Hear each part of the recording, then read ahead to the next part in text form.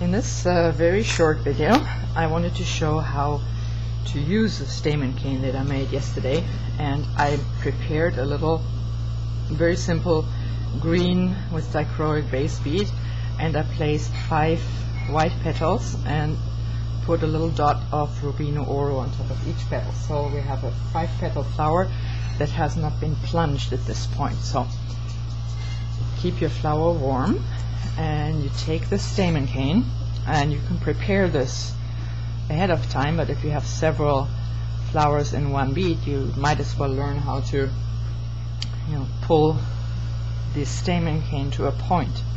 So you heat up the tip, and you pull some off, and then you break off, and this is what you want to get, like a little sharp point. And you switch hands and heat the core of this flower, the center, where the stamen cane is going to go. So you just heat it gently so it doesn't distort anymore, and focus the heat on the center of the flower.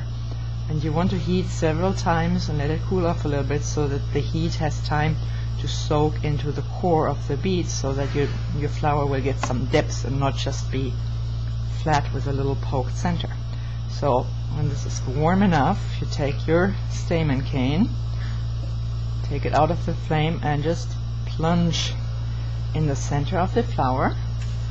And then you take some glass nippers and you cut this off.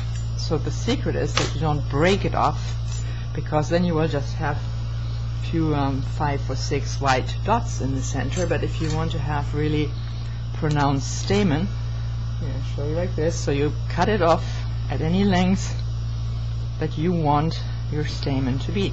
And if you wanted to make like a sea anemone or whatever that's called, then you might even cut some more. I mean, leave it a little bit longer.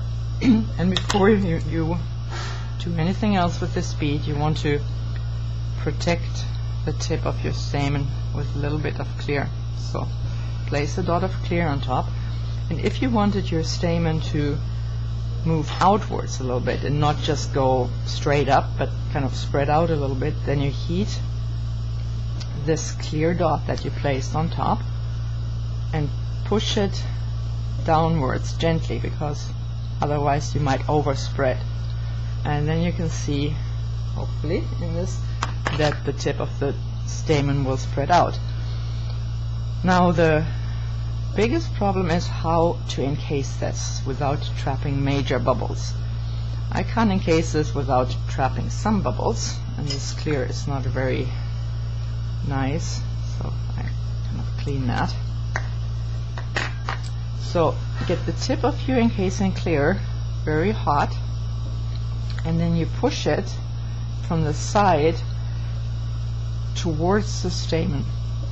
And you place one dot after the other with really nice and liquid clear, and try to push it into that crease that you created where you poked with the stamen cane.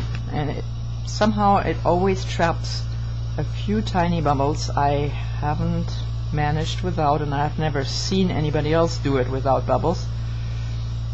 And I think that's okay. I'm not all that uptight about bubbles in beads, as long as they're not like huge or hurt the structural integrity of the bead. So small bubbles in encasing are fine for me. So I'm going to encase the entire bead with the same method, just placing one clear dot after the other, just like this.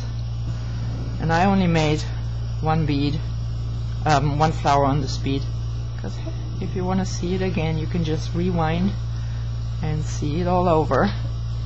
And I'm going to put a frog on the opposite, on the flowerless side of this bead, but that would be a different video. So as far as placing stamen cane or using it, you have seen all that you need to have seen. Goodbye.